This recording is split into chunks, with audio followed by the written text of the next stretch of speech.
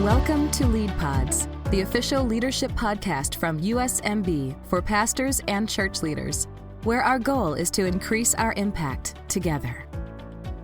Hello, my friends, and welcome to another episode of the USMB Lead Pods. I am your host, Matt Ayersman, and we've got a really fun episode today I think you're really going to enjoy. I don't know about you, where you live, but it is fall finally, and where I am in Kansas, the weather's actually halfway decent. It's this season where football is on TV, thank goodness, go Chiefs. There is artificial pumpkin flavoring and scents everywhere, seemingly overnight, and you know, it's still Corona world where things are weird and things are different than how we want them to be, probably, but you know, I'll take Corona fall over Corona summer. So, you know, baby steps of progress. I suppose that's all we can hope for. But hey, we got a fun show today. I am excited to play this conversation with Cathy Beachy. If you don't know Cathy, she is a lot of fun. I've known her for a very long time, and she really is just an awesome person. If you consider yourself to be a creative person or an artistic person, I'm just going to go and tell you right now, go ahead and pack up your bags, because when you're done listening to this episode, you're going to want to either move or at least visit Phoenix, because Cathy and her church, Copper Hills, are doing some very, very cool things. And even if you're not an artistic type person, I think there's some really cool takeaways that all of us can learn for our churches about ways that we can be a part of our community, kind of give back, serve, look out for needs in our community. Copper Hills and Cathy specifically are doing a really great job of that. And I think we all have a lot to learn from them. So this is a fun one. So we'll take a quick break from our sponsor and get right to a really great conversation with my friend, Cathy Beachy. Tabor College is a proud sponsor of USMB Lead Podcasts. The world needs peacekeepers more than ever in an ever-changing cultural environment. Our criminal justice degree program is committed to teaching our students the skill of de-escalation with the help of our faculty, which is comprised of seasoned law enforcement veterans. Our criminal justice degree program is convenient, affordable, and 100% online. For more information, go to tabor.edu/online. All right, my friends, we've got a fun topic today. I am excited to be talking with Cathy Beachy. And for those of you listening who may not know, Cathy and I have known each other for a very long time. We were just catching up, and I believe the last time Cathy and I had a real conversation, I believe I was 10 years old. So it's been a little while. But Cathy used to work at the church I work at now, First MB in Wichita. She was our music director for several years. And back in those days, I was in the kids choir. Cathy, I don't know if you remember this, but one of my memories of you is we were singing Baby Shark before the rest of the world knew about Baby Shark. That is a true story. Yes, you introduced me to Baby Shark long before the rest of the world knew about it. So Cathy, back in the day. Yes, it was a long time ago, but it's fun to reconnect, and I'm excited for our topic today. So Cathy, thank you for joining us. Absolutely, I'm glad to be here. So we're going to spend most of our time today talking about the Copper Hills Center for the Arts. So you're in Peoria, Arizona. You've been there for quite a while now. So give us a quick background of you, your family, what you do at your church, and then we'll kind of dive into the Performing Arts Center here in just a second. Sure. I am a good Midwest girl. I was born in Ohio and raised in Sioux Falls, South Dakota.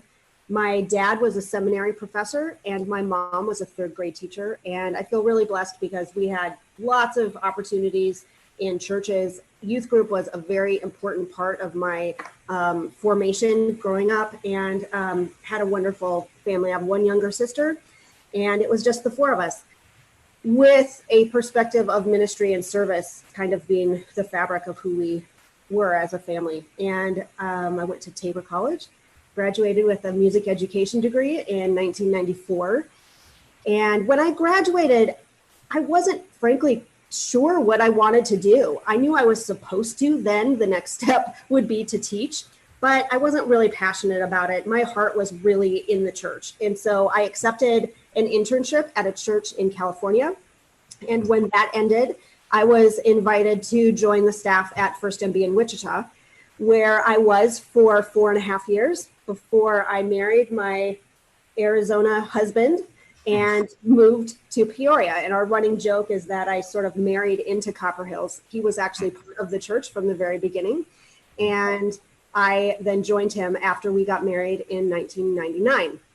So I have been part of Copper Hills since then and have done a whole variety of things in church leadership and volunteering and serving, but am currently the director of the Copper Hills Center for the Arts. Very cool. And so the Center of the Arts, that's what we're going to spend most of our time talking about today.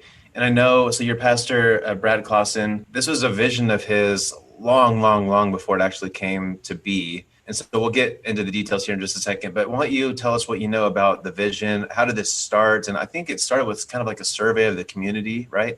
That's exactly how it started. When Brad and Elfie were commissioned by Mission USA at the time to plant a church in Phoenix, that was about 22 years ago, they really had a desire to know the community. And so the first summer that they were here, they surveyed the 600 homes in their neighborhood. And their goal was to learn to know them individually, but also to find out what was the pulse of their perspective of church. And so they asked people, do you already have a church family? Because that's what we're here to do. We're here to start a church family. And if people answered yes, then of course they continued the conversation. If people answered no, that led to a whole different kind of conversation. But in both cases, they asked what I thought was a very insightful question. They didn't say, why don't you go to church? They asked the question, why do you think people don't go to church? And the answers were really interesting. There were some of the answers you would expect, like, it is so boring. It's the most boring hour of my week, or it's just a guilt fest. I always feel guilty, or my kids hate it. Like some of the responses you would expect. Yeah. But overwhelmingly, more than 50% of the responses were that the church doesn't do anything in the community. The church doesn't do anything for the community. They're irrelevant. We wouldn't miss them at all if they just left. Yeah. And in fact, the church, their perspective of the church was that it is selfish. They use the community resources for their own benefit. Oh, wow. And so it was a very unattractive view of the church. And at that time, Brad and Elfie and the small group of other believers they had gathered wanted to contrast that with the attractiveness of Jesus and the magnetic nature of Jesus. And it all didn't add up. Jesus had people flocking to him, and he had a message of hopefulness. Yeah. And even the skeptics were, intrigued. And then when they spent time with him, some of those skeptics were moved. And so, when Jesus commands us to be like him, we want to be like that. We want to be an attractive and appealing, a trusted place or people who matter and who make a difference. And so we wanted to look to Jesus. How did he do that? And one of the stories that has really informed our vision and become the fabric of who we are as a church is the story of Jesus and the Samaritan woman at the well from John 4. And of course, you and your listeners know that story so well. But the well being a common place in the community, it being a community gathering spot, a place that people went daily and often. And yet in this one moment, this one intentional interaction between Jesus and the woman, it became so much more than just commonplace. And so what could have been or should have been just a quick rest stop and a drink of water for Jesus became an intentional conversation and an intentional noticing of the people who were there, this woman. And as a result, the woman left with far more than just her bucket of water. She left with living water, with hope, feeling loved and known. And so in that story, Brad and Elfie and our church leadership really felt that what we saw Jesus do was to take notice and to be intentional and to know people. And so we wanted to build a well. We wanted to be that community gathering space and to ask the question, how do we do that in our culture? What does that look like in our setting? And so for a long time, 22 years ago, we were a mobile, portable church. So we didn't have a place. But what that meant for us at that time was to serve our community in a really authentic and genuine way. Not because we wanted something from them, but just because we wanted to learn to know them. Yeah. And so we did that in a whole variety of ways. Some were fantastic and we repeated, and some were a total fail and we never did again. But we just kept trying to reach them. Yeah. And then 12 years ago, we were very fortunate to be able to purchase land, which then gave us another opportunity to ask the same question. What does it look like now, where we're going to be with this land, for us to be the well? Mm-hmm. And we knew from our experience now, from meeting in a theater and 2 different schools and cafeterias and doing events in really random places, that the building itself didn't matter to us. We knew what our vision was, and the building really didn't matter to us. Okay. But we knew that it would to the community. And so we asked them, what do you think? Our leadership talked with every civic leader who would give them time to talk. Mm-hmm. And we'd ask the question, what does North Peoria need? How can we serve the community? How can we serve North Peoria? And the answers were incredibly consistent. They said, we do not need another athletic opportunity, which is true. We have an amazing church just in our backyard who is killing it with all of their sports stuff. We love sending people there. All of our church kids do all of the sports there. They're amazing. Mm-hmm. We don't need another library. We don't need another school. We have private and public and amazing charter schools right where we're at. But the leader said, what we need is something in the arts. We need an opportunity and a place for artistic expression.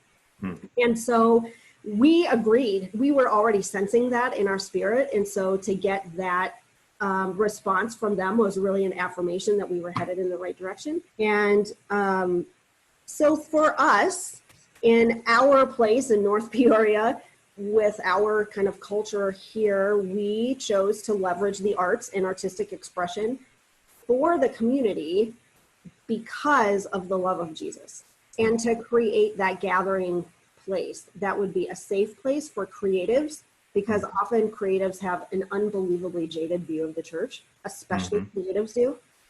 And to be okay asking the question, what does it mean to be a creative in our culture now?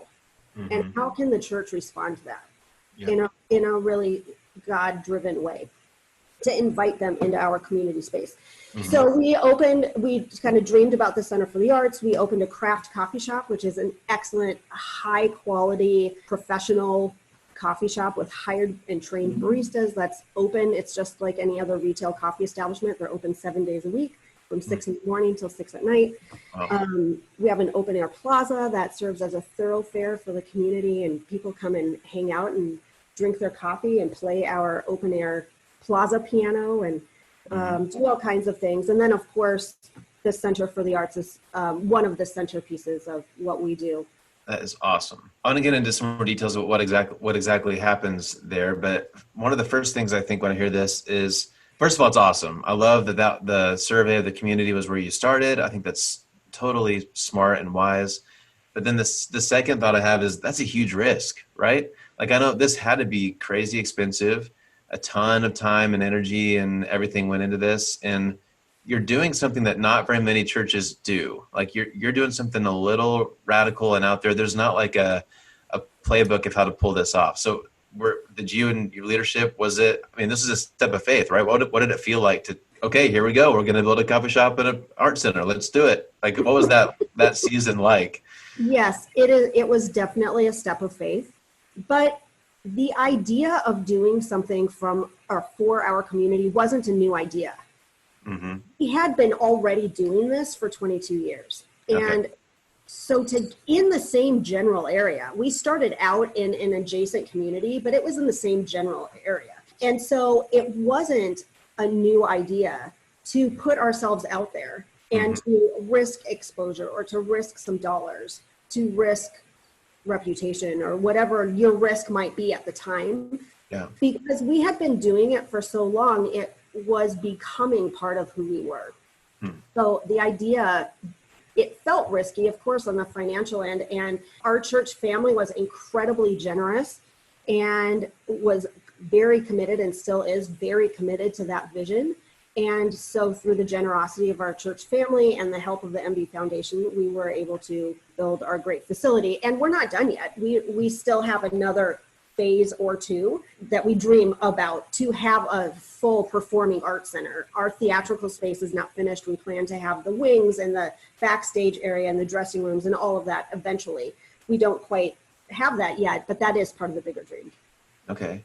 But that season of faith, Matt, it's all about the prayer and our own personal discipline to daily walk side by side with the Lord in a way that when we are sitting around a circle discussing the ideas and what those big imaginative ideas are, that there is a sense that God's around the table with us.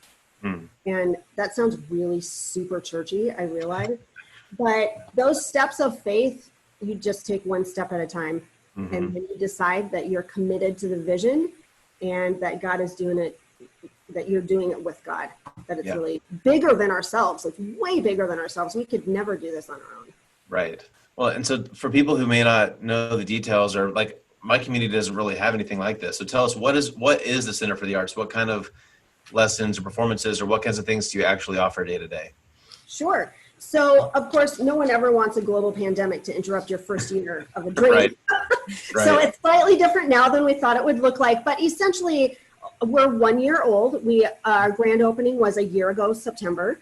And so within the last year, we've offered approximately, between 40 and 50 different artistic offerings, ranging from watercolor classes to creative writing, calligraphy, photography, sign language, creative engineering, musical theater, pre-K art labs, stop motion film classes and camps, music and technology, songwriting, all kinds of private lessons, piano, voice, electric and acoustic guitar, bass guitar, the upper strings, violin and viola, cello lessons.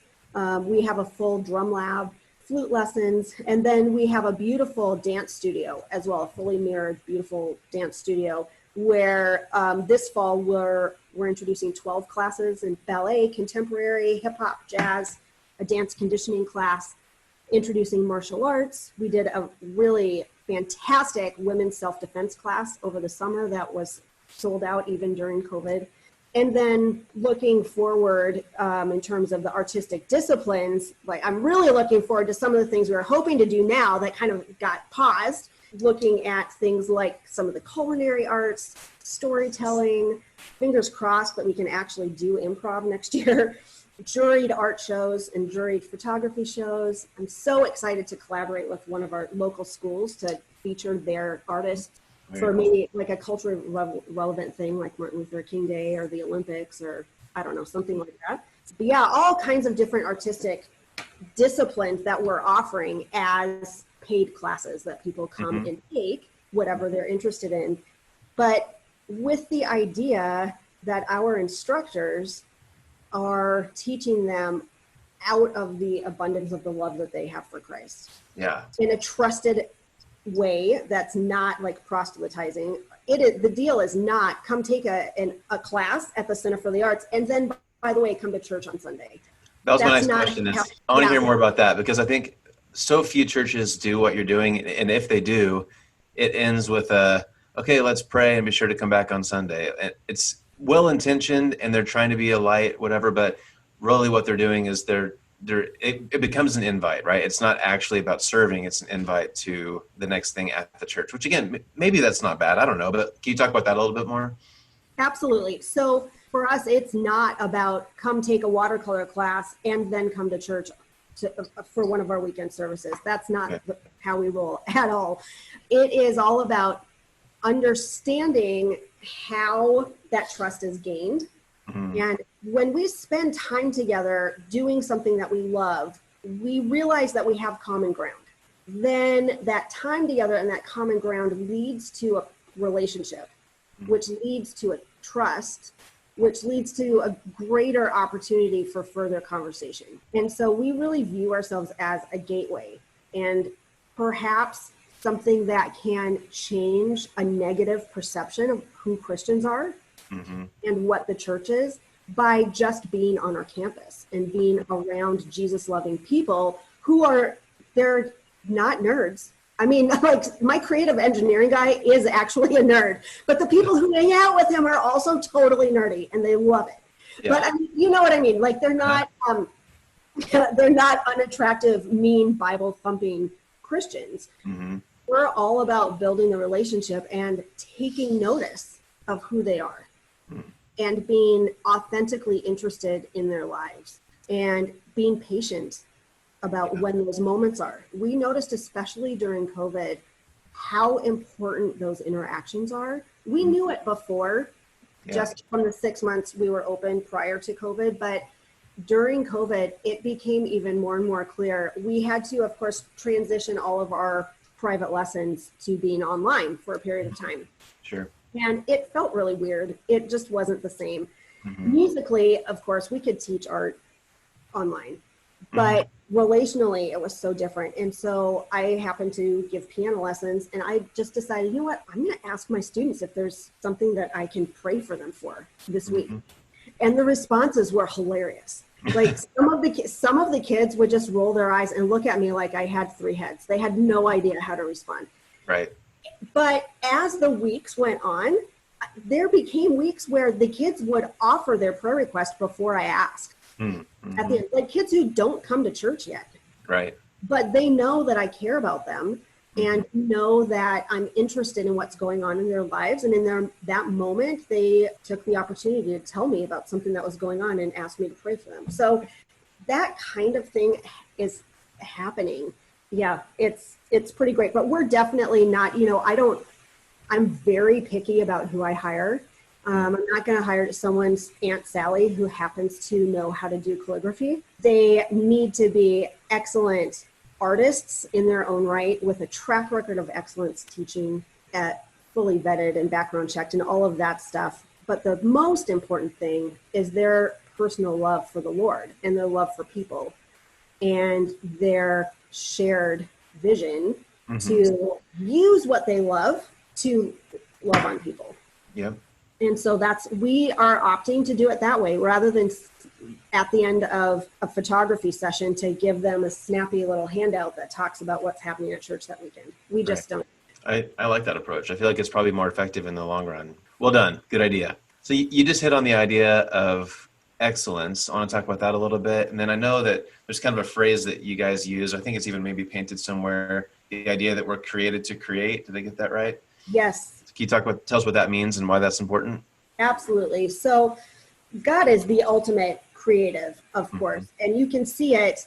I remember this thought coming to me in such a clear way when I used to take my kids to the zoo. And I would just see God's creativity in all of these animals. And for some reason, for me, it was especially at the aquarium. Just, it's just a fish. It just needs gills and some water, but they're so diverse. They're so colorful and the shapes are unique and different. And God, of course, is the ultimate creative in how he created us. And we're all so unique and different. And I so strongly believe that he created us all on purpose, for a purpose.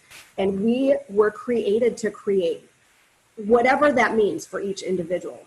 For some, it's going to be making a painting. For others, it'll be writing.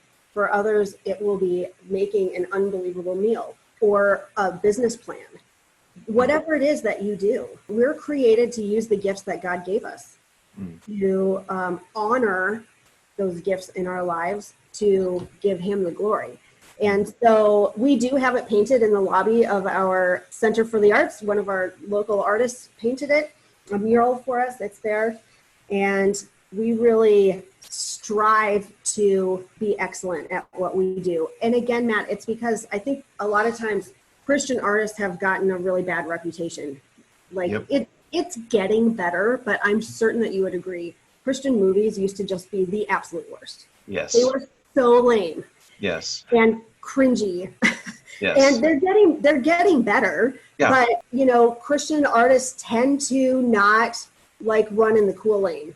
Mm-hmm. And we want to elevate the thing that we believe was actually created by the ultimate creator. Mm-hmm. Yep. And to elevate that to the highest level. And so we do hire all of our instructors and we charge fees for our classes for that reason. Yep. I love it. That's great. So I know, so I was reading there's an article in the Christian Leader about you and about the center. And I know that there's probably some other examples, but there's a couple of stories in there of how this has worked, right? And you shared the prayer request story already, but are there any other examples of a time when either you personally or one of the other instructors just connected with the student and there was one of those kind of really awesome moments where they were able to talk about their faith? Or We love talking about our anecdotal stories because we're in the kingdom business. This is what we're doing. Mm-hmm. And we're completely missing the mark if all we're doing is creating great art. Yeah. So there are so many stories, Matt. Everything from a drum mom emailed me. Her son is taking drum lessons. She emailed me and asked our drum instructor would be interested in teaching a second day a week because her son, who is not into anything at all, loves spending time with Mr. Jonathan, our drum teacher. And so she was willing to pay for another session of drum lessons. Okay.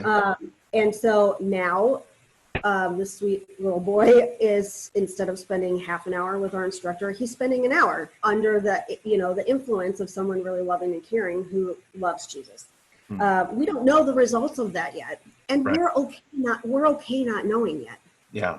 It's part of that trust process and part of the seeds in this boy's life.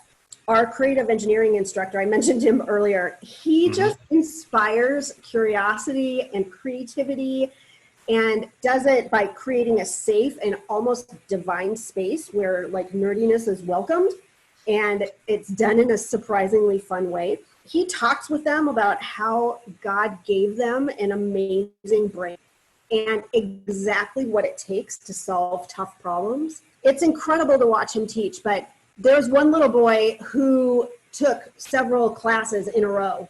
And at the third class that he had taken, at the start of the class, Mr. Eric had everybody go around the circle and say something special about them. Tell me something special about yourself. This little boy said, I survived cancer. Wow.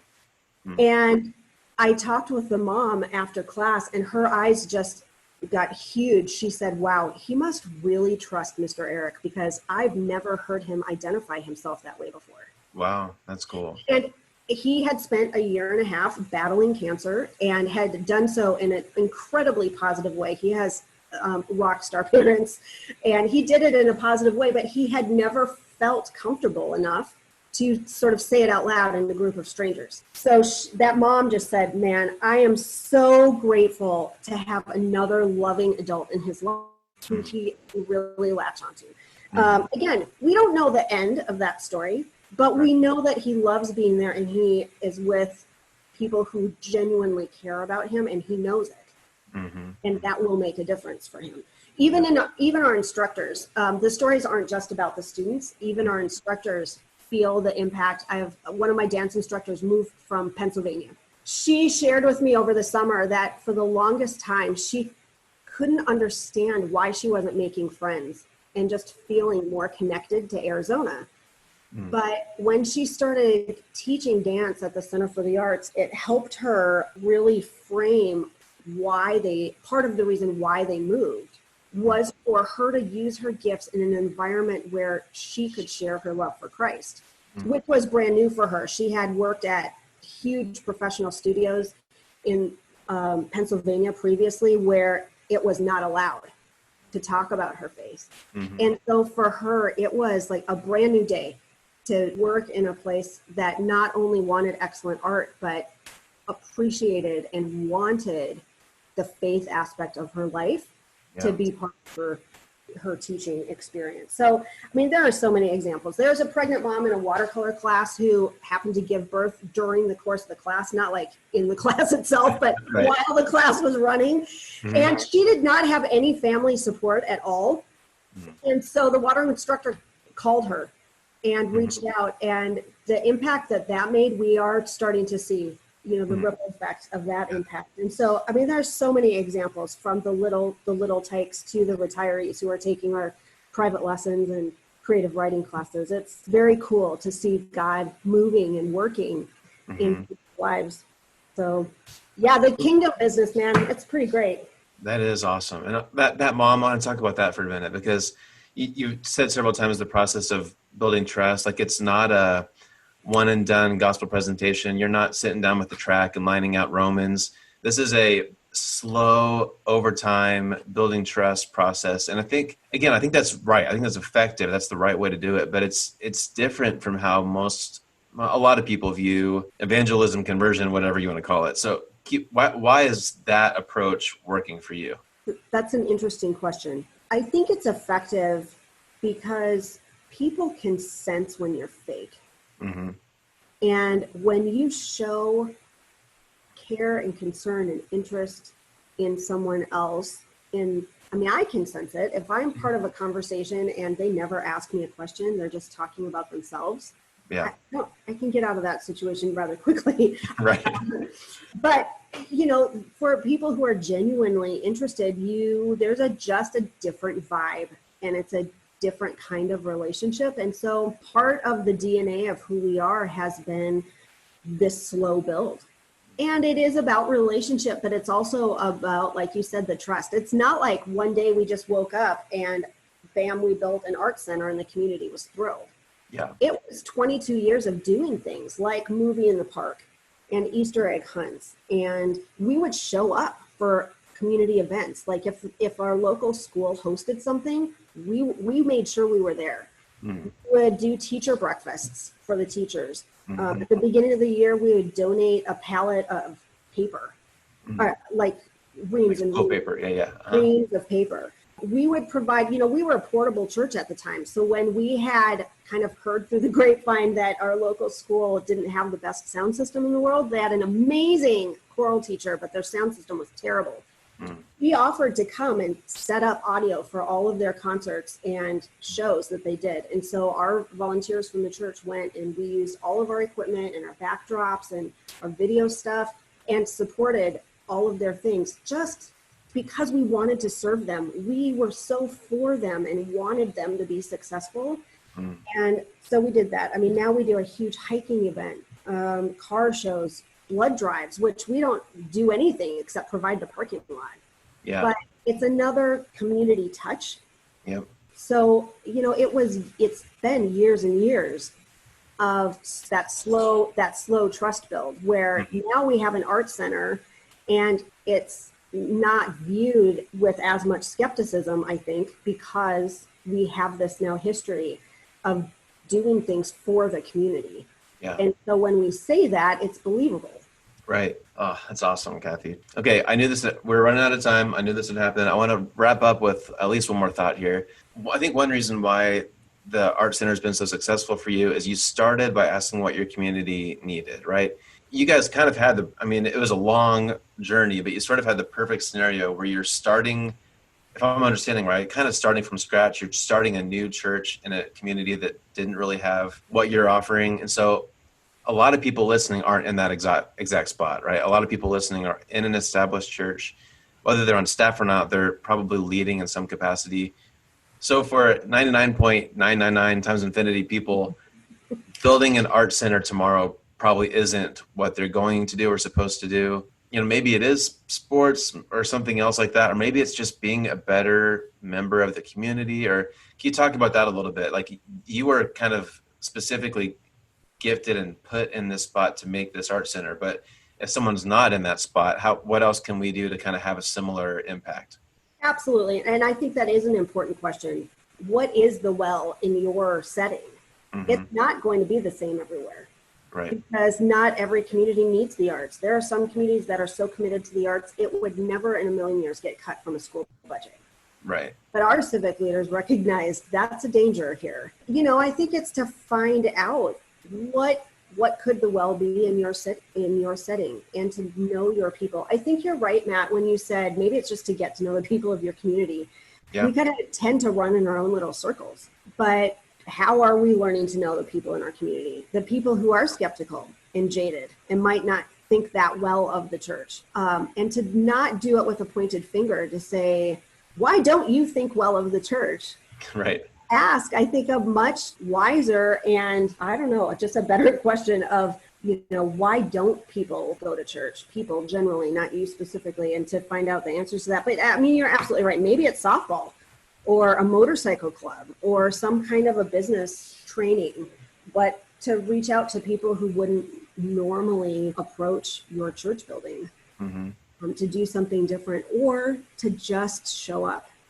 Maybe when your teachers go back to school. For us, a lot of our schools are still online only, and I'm not sure, across the country, I know it's really varied. But when kids do go back to school, maybe do something to let the teachers in your local school know that you really are cheering for them. And everybody knows this is a really difficult situation, and we're here for you. We want to support you and pray for you. And again, not with the intent that you're going to get anything in return, but just because we want to be supportive of the things that are happening in our community around us. There are lots of ways, I think, to build trust, and it will be different everywhere. I do think that having that perspective that the relationship counts more than what the specific thing is. Like we will be sorely mistaken if we allow the art to supersede the person. The individuals, come first, and it happens to come with fantastic art. Yeah, right. But if it's the other way around, we miss the mark. So it's not really about the softball or about the hiking club or motorcycle club. It's about the people. So the answer to the question is how long you've been in your community doesn't really matter. You can start anything at any time. And if you do it with the perspective, I think a lot of people, it's just a slight shift. And like you said, people are not malintentioned.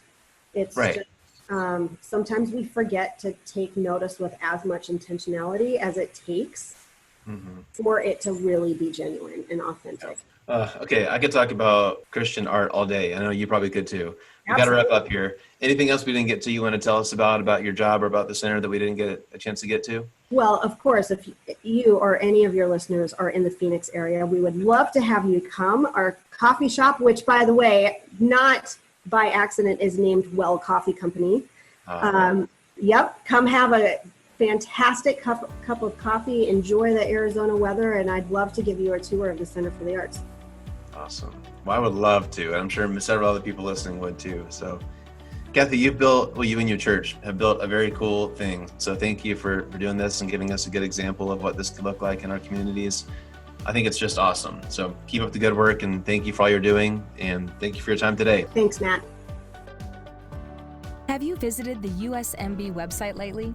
At www.usmb.org, you'll find information about upcoming events, a complete list of MB churches across the U.S., information about lead coaching, lead one, lead cohorts, and lead pods, Mennonite Brethren history, and a resource library with recommended books, articles, and videos, including recordings of all USMB-sponsored webinars. Visit www.usmb.org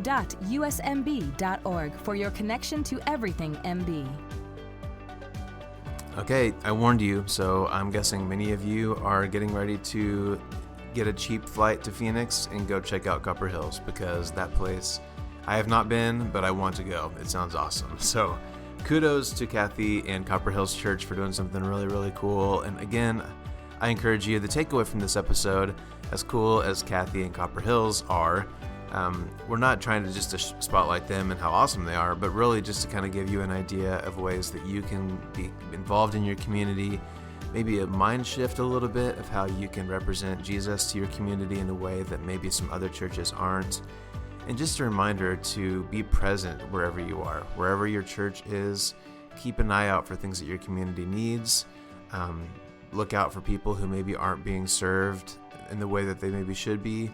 And that's a really great way for people to have an introduction to Jesus and maybe eventually to your church.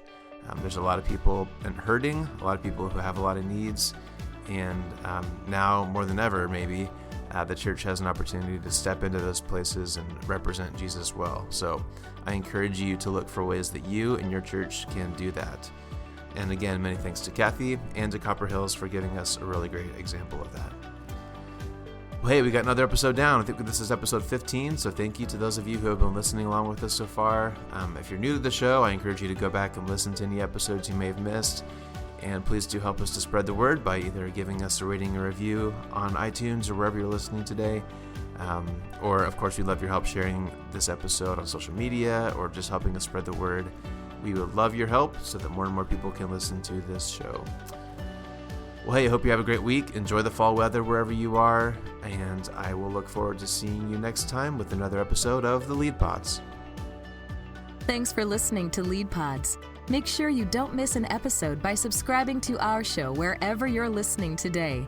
Learn more by visiting usmb.org. And be sure to follow us on Facebook, Instagram, and Twitter. We'll see you next time as we learn more practical tools to increase our impact together.